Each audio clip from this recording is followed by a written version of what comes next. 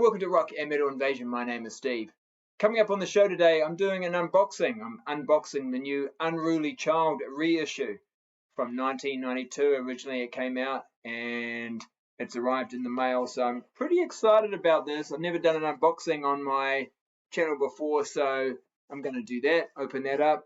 And also I am going to talk about Marcie Free and some of the bands that Marcie Free has been associated with over the years. Some great bands, some great albums, Signal, King Kobra, and of course Unruly Child being three of the main ones. Alright, but first of all, let's get into the new album. So I'm pretty excited about this because it is an album. This 1992 Unruly Child album is an album that's been on my want list for quite some time, probably a good 10 years, or for however long I've been wanting to get back into vinyl and collect a lot of records that I had back in the day, or CDs that I had back in the day, or just ones I always wanted. So it's been on my want list for quite some time. The only problem is it did get released on vinyl, but it's 1992. It's quite rare. There's very limited numbers of them around, and so very expensive to buy. Even 10 years ago when I was looking out for it, it was not a cheap album to get. From time to time, I nearly got it, but it was still, $100 sort of plus, and I thought, that's a little bit much to pay for one album. Of course, these days, you'd probably jump at it, but and then of course it's it's even more expensive now. Although of course the price may change now that it's been reissued. So when I saw that Real Gone Music were reissuing this album, I hit the pre-order button as soon as I possibly could. Now, unfortunately, it then got delayed. This was supposed to be released months ago, and it's just continuously actually been delayed. But it has finally been released, and I have opened up the box just to check it's in there, and it is. So yeah, it has arrived today. Now, what I have to sort of keep myself slightly satisfied over the years, I've never actually had the Unruly Child album even on CD, because I've been pretty certain I will get this album on vinyl one day. And I have always had this 4-track. It's a Rock Ahead promo. So Rock Ahead are quite good back in the sort of early, even through to mid-90s, 94, something like that. You would find these sometimes, and they're basically promotional records. But what's good about them, they were being put out when a lot of the other albums, were not being made. Sometimes you could at least get some, or being made in limited quantities. You could at least get some of the songs on these Rock Ahead promos if you wanted some of the songs on vinyl. So I have sort of been making do with this for over the years. So it's Unruly Child, and it's got 4 songs on it. Take Me Down Nasty, which is a good one. Wind Me Up is another good one. On the Rise, and When Love Is Gone. So I was pretty happy to have those songs, on this, but of course, really wanted the whole album, preferably. And so I've been patient, and yes, the reissue isn't cheap either, but a heck of a lot cheaper than the original versions online. So let's get it out. Now, there's also one more thing in this box as well, which I'm almost equally as excited about. This is, now I'm not going to talk about it today because I'm not focusing on this, but this is Harum Scarum. This is their debut album from 1991.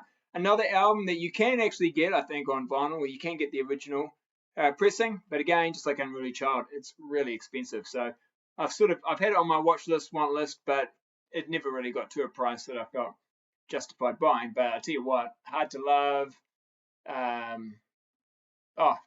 lots of good songs on here. Just Distant Memory, honestly, yeah. So been pretty keen to get this. So this is a red grape vinyl pressing, limited to 1,000 copies. So yeah, I'm looking forward to giving that a spin. But that's not what we're talking about today. We are talking about this baby here. So Unruly Child. So that's the original artwork. It's quite unusual, really. It's like some toads, and it's like maybe they're gonna.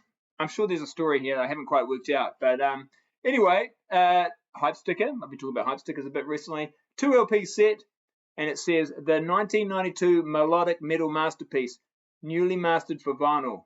US vinyl debut. So there we go. It's the US vinyl debut. It has been on vinyl before. Red vinyl pressing, limited to 1,500 copies. And unlike the original pressing, this is a 2LP, which is probably a good idea when you look at, it's got 12 songs on it.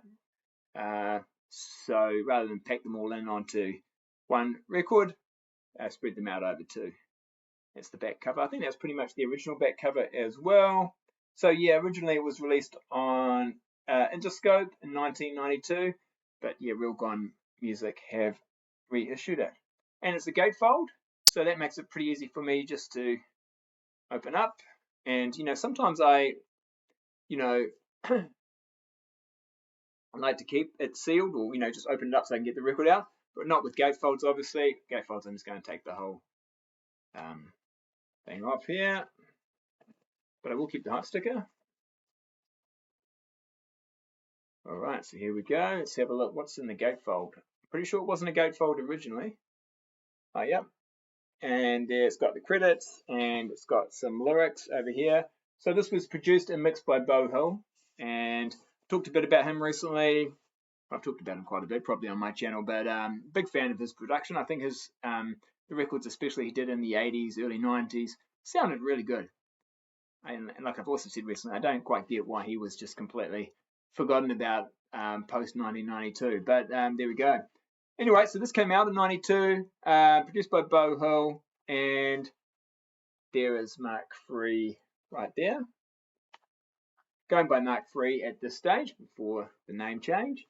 So let's have a look at the vinyl. So it's red vinyl. So yeah, just red vinyl on that one.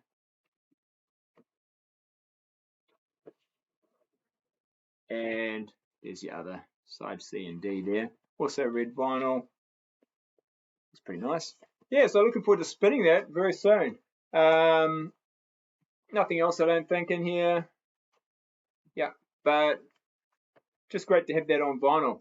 All right, so very soon I'll go off and play that. But before that, I'd like to do a bit of a spotlight on Mark Free, who eventually changes their name to Marcie Free. But most of my collection, in fact all of it, that I have is when it's Mark Free. And there were three really good bands that Mark was the lead vocalist for. So I'm going to show some of those, and I'm going to start off with King Kobra. All right, just before we get into the albums, I just wanted to say, although Mark Free is the credited name on the albums I'm about to show and talk about, I'm going to use the name Marcie Free when talking about these albums, just because, that is the name that she uses now. That's her current name. But yes, in the credits, it is Mark Free. All right, so the first band that Marcie Free came to sort of prominence in was the band King Kobra. This one here. So this band, mostly known for being Carmen Appice, of course, on drums, but also it's got Johnny Rod, who goes on to play for Wasp, and Mick Sweeter, who goes on to play in the Bullet Boys.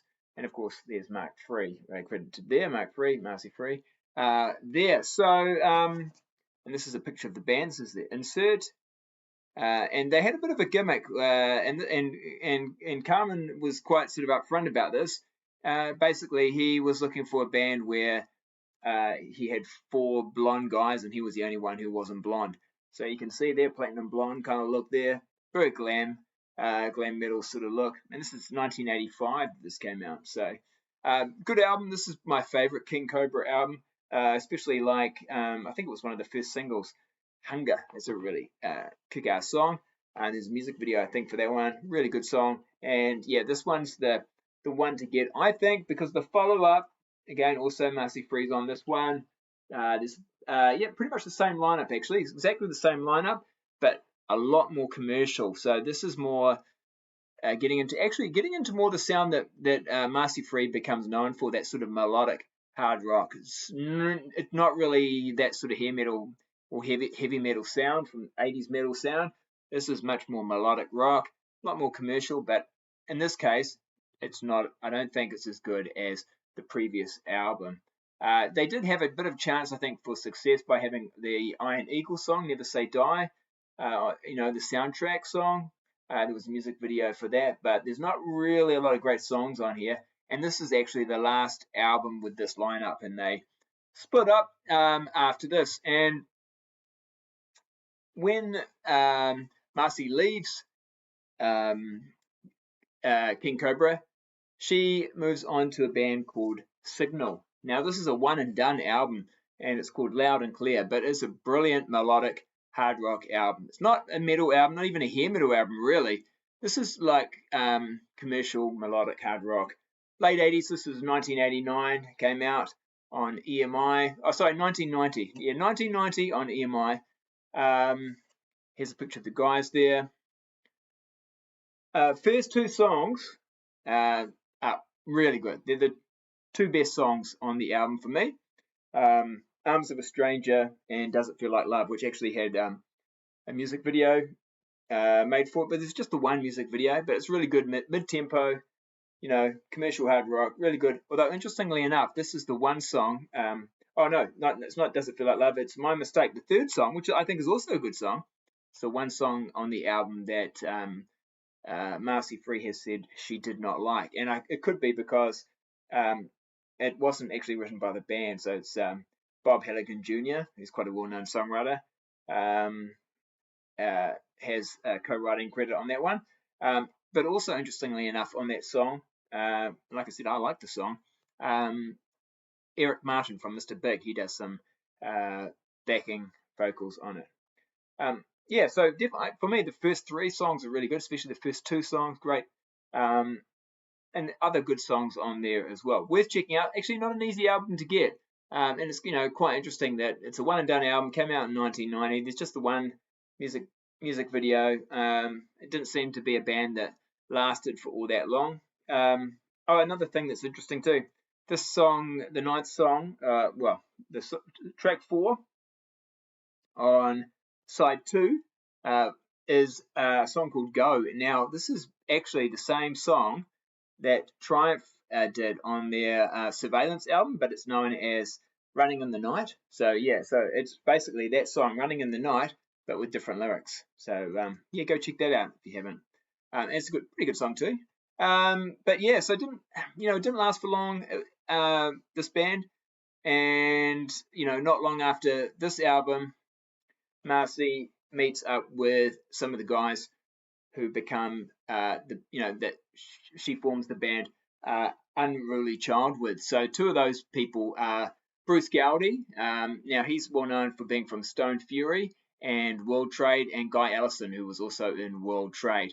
Guy is on keyboards and Bruce Gowdy is on guitar. So they get together and form Unruly Child, which I've just, of course, shown as it's just come in recently, and this is the album here. So really happy to have this on vinyl, of course. So many great songs on this album. This album, again, it's melodic hard rock, but it's just that little bit heavier. I know that Marcie has said when it came to Signal, the chances of success she felt were very slim because it's 1990, so that sort of music you might think is still popular hair metal, but they weren't really a hair metal band. So what she was saying, bands like Slaughter, they were getting played on the radio, they were getting music videos played, but those bands that were just a little bit softer, that melodic hard rock, they weren't getting quite so much so much of the attention. And on this one, it's similar, but they have actually gone for a slightly heavier sound. They definitely fit them more. It's more of a hair metal type album. You can see here too, although it's not glam because this is 1992. It's not glam metal, but this is pretty much what the hair metal bands were looking like in 1992. So not glammed out too much, but they've still got the long hair. The songs, of course, produced by Beau Hill, have very much that hair metal sort of sound. Great. I think it sounds fantastic. On the Rise, Take Me Down Nasty, two great rockers to kick it off. I just love the production too on this album. Now, Who Cries Now, that should have been a hit. I know a lot of people will say that, especially about songs that were released, by bands like this in the early 90s. They just didn't get they just didn't get the airplay, didn't get the music videos. There's no music videos from what I could see for this album that were released. I don't know what was going on, but again, it comes out in 1992 on Interscope. It's probably released just for the sake of releasing it, but not given a push at all. My understanding is by 1993 it was all over, and it was only out in 92, so just didn't get enough attention. But yeah, Who Cries Now, that should have been a hit. Wind Me Up, great song. There's just so many. Lay Down Your Arms, it's a great rocker. So really good. There's a few songs on here that are a little bit of filler, I think, but on the whole, this is just a fantastic album. And as I said before, one I have been waiting years and years and years for to get on vinyl. Didn't want to get the CD until I was really determined I'm going to get this on vinyl one day. And thanks Real Gone Music, I now have it. And they've been helping out people like me quite a bit recently with their fantastic reissues for those albums that, they were put on vinyl, but my gosh, so expensive and hard to get now. They're putting those out and making it easier. So really fantastic.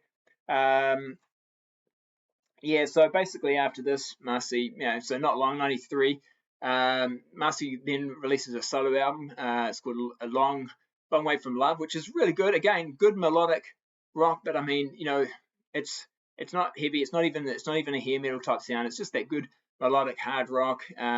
Sort of going back a little bit more to the sound that you heard on the Signal album. This is 1993, so very little chance of success there. Now, just in November of 1993, that's when Marcie Free is introduced to the world. So the name is changed from Mark to Marcie. And in 1995, supposedly, she retires from the music industry. And that's it. Until, I think around 2009, some of the guys from Unruly Child ask, I don't know how it works actually, but Marcie gets back together with them, and they put out an album. Now, prior to that, Unruly Child had actually released, I think probably two, based on the word of mouth of that first album. Even though it didn't sell big, people who managed to hear it or knew about it thought it was a great album, and so there was a bit of buzz about it from those in the know, and so there was a bit of demand for some more Unruly Child. So I think that that had a bit to do with them still releasing albums. So they released a couple of albums without Marcie Free on vocals. One of those albums actually had Kelly Hansen on vocals. That's the album I think that came out in 1998. But basically from 2009, Marcie Free has been back in the band, and they have released quite a few albums actually since then under the name Unruly Child. So check them out. For me, it's the first album. That's where it's all at. Fantastic album.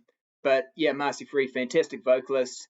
The solo album that was released in 1993, I don't have, but that's also worth checking out.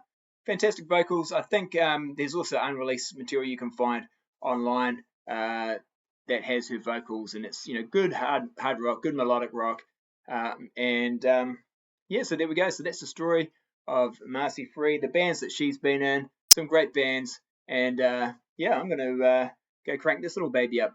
All right, hope you enjoyed that. I think I'm on 5 episodes in 5 days, which is definitely a record for me. I don't usually put out this much content, but who knows, maybe there'll be 6 in 6 days. We'll just have to see what happens. All right, hope you enjoyed that, and we'll catch you later. Okay, see ya.